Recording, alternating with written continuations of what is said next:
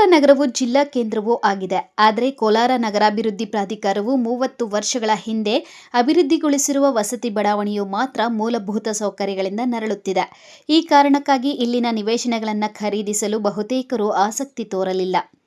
ಅಲ್ಲಲ್ಲಿ ಮನೆ ಕಟ್ಟಿಕೊಂಡಿದ್ದವರಿಗಂತೂ ನಿತ್ಯವೂ ನರಕ ದರ್ಶನವಾಗಿತ್ತು. ಆದರೆ 5-6 ವರ್ಷಗಳಿಂದೀಚೆಗೆ ಕುಡಾ ಲೇಔಟ್ನ ಅಭಿವೃದ್ಧಿಗೆ ಅಧಿಕಾರಿಗಳು ಮತ್ತು ಜನಪ್ರತಿನಿಧಿಗಳಲ್ಲಿ ಆಸಕ್ತಿ ವ್ಯಕ್ತವಾಗುತ್ತಿದೆ. ಕುಡಾದಲ್ಲಿ ಸಂಗ್ರಹವಾಗಿದ್ದ 10 ಕೋಟಿ ರೂಪಾಯಿ ನಿಧಿಯನ್ನು ಸದ್ಯದಲ್ಲೇ ಬಡಾವಣೆಯಲ್ಲಿ ನಿರ್ಮಾಣ ಮಾಡುವ ರಸ್ತೆ ಮತ್ತು ಚರಂಡಿಯ ಕಾಮಗಾರಿಗೆ ಬಳಸಲಾಗುತ್ತಿದೆ. ಸರ್, ಈಗ ಕೋಲಾರ ನಗರಾಭಿವೃದ್ಧಿ ಇಲಾಖೆ ವತಿಯಿಂದ ನಮಗೆ 9 ಕೋಟಿ 80 ಲಕ್ಷ ದುಡ್ಡು ಕೊಟ್ಟಿದ್ದಾರೆ. ಅದರಲ್ಲಿ ಈಗ ಟಮ್ಕಾ ಏನಿದೆ ವಸತಿ ನಿವೇಶನಗಳ ಲೇಔಟು, ಅಲ್ಲಿ ನಾವು ಅಡ್ಡ ರಸ್ತೆ ಹಾಳಾಗಿರೋ ಕಡೆ 3 ಕಿಲೋಮೀಟರ್ನಷ್ಟು ಡಾಂಬರೀಕರಣ ರಸ್ತೆ ಹಾಗೂ ಒಟ್ಟು 8 ಅಡ್ಡ ರಸ್ತೆಗಳಲ್ಲಿ ಕಾಂಕ್ರೀಟ್ ರಸ್ತೆ ಮಾಡ್ತಾಯಿದ್ದೀವಿ.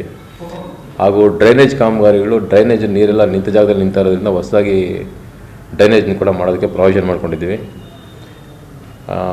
ಸದರಿ ಕಾಮಗಾರಿಯನ್ನು 20ನೇ ತಾರೀಕು ನಾವೇನು ಶಂಕುಸ್ಥಾಪನೆ ಮಾಡ್ತಾಯಿದ್ದೀವಿ.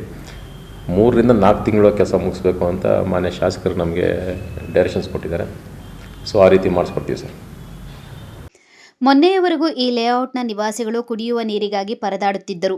ಟ್ಯಾಂಕರ್ ನೀರು ಖರೀದಿ ಮಾಡುವುದು ಅವರಿಗೆ ಅನಿವಾರ್ಯವಾಗಿತ್ತು. ಆದರೆ ಈಗಾಗಲೇ 3 ಕೋಟಿ ರೂಪಾಯಿ ವೆಚ್ಚದಲ್ಲಿ ಕುಡಿಯುವ ನೀರನ್ನು ಲೇಔಟ್ಗೆ ಒದಗಿಸಲಾಗಿದೆ. ಇದೀಗ ಕೈಗೆತ್ತಿಕೊಂಡಿರುವ ರಸ್ತೆ ಕಾಮಗಾರಿ ಮುಕ್ತಾಯವಾದರೆ ಲೇಔಟ್ನ ಬಹುತೇಕ ಮೂಲಭೂತ ಸೌಕರ್ಯದ ಸಮಸ್ಯೆ ಕಡಿಮೆಯಾಗುವ ನಿರೀಕ್ಷೆ ಇದೆ. ನಮ್ಮ ಕೋಲಾರ ಕೆಡಿಎಲ್ ಲೇಔಟ್ನಲ್ಲಿ 20ನೇ ತಾರೀಕು ರೋಡ್ಗಳದ್ದು ಗುದ್ಲಿ ಪೂಜೆ ಇದೆ. ನಮ್ಮ ಮಿನಿಸ್ಟರ್ ಸುರೇಶ್ ಸಾಹೇಬ್ರವರು ಬರ್ತಾ ಇದ್ದಾರೆ ಗುದ್ಲಿ ಪೂಜೆಯವರು ಮಾಡೋದಕ್ಕೆ. ಅದ್ರ ಜೊತೆಯಲ್ಲಿ ನೀರು ಕೂಡ ಉದ್ಘಾಟನೆ ಮಾಡ್ತೀವಿ. ನಾವು ನೀರು ಸುಮಾರು 3 ಕೋಟಿ ಅಷ್ಟು ಅನುದಾನದಲ್ಲಿ ಎಲ್ಲ ಲೇಔಟ್ಗೆ ಕೆಲಸ ಆಗಿದೆ. ಎಲ್ಲ ಮನೆಗಳಿಗೆ ಕೂಡ ಕನೆಕ್ಷನ್ಸ್ ಆಲ್ರೆಡಿ ನಾವು ಕೊಟ್ಟಿದ್ದೀವಿ. ಸುಮಾರು 10 ಬೋರ್ವೆಲ್ಸನ್ನು ನಾವು ಬೋರ್ವೆಲ್ಸ್ ಹಾಕಿದ್ದೀವಿ. ರೋಡುಗಳದ್ದು ತಾರ್ ರೋಡು, ಸಿಮೆಂಟ್ ರೋಡು, ಡ್ರೈನೇಜಸ್ಸು ಮತ್ತು ಉಳಿಕೆದು ಏನಿರ್ತದೆ ಅದು ನೋಡಿ ಎಲ್ಲ ಕಾಮಗಾರಿಗಳನ್ನು ನಾವು ಮಾಡ್ತೀವಿ. ಒಟ್ಟಲ್ಲಿ ಸದಾಕಾಲ ಅಭಿವೃದ್ಧಿ ಕಾರ್ಯಗಳ ವಿಚಾರದಲ್ಲಿ ಅಧಿಕಾರಿಗಳು ಮತ್ತು ಜನಪ್ರತಿನಿಧಿಗಳ ನಿರ್ಲಕ್ಷ್ಯವನ್ನು ಸಾರ್ವಜನಿಕರು ಟೀಕಿಸುವುದು ಸಹಜ. ಆದರೆ ಕೋಲಾರದ ಕುಡಾ ಲೇಔಟ್ನ ಅಭಿವೃದ್ಧಿಗೆ ಈಗಿರುವ ಅಧಿಕಾರಸ್ಥರು ಪಕ್ಷಾತೀತವಾಗಿ ಆಸಕ್ತಿ ವಹಿಸಿರುವುದು ಒಳ್ಳೆಯ ಬೆಳವಣಿಗೆಯಾಗಿದೆ. MMTV news bureau, Chikkaballapur.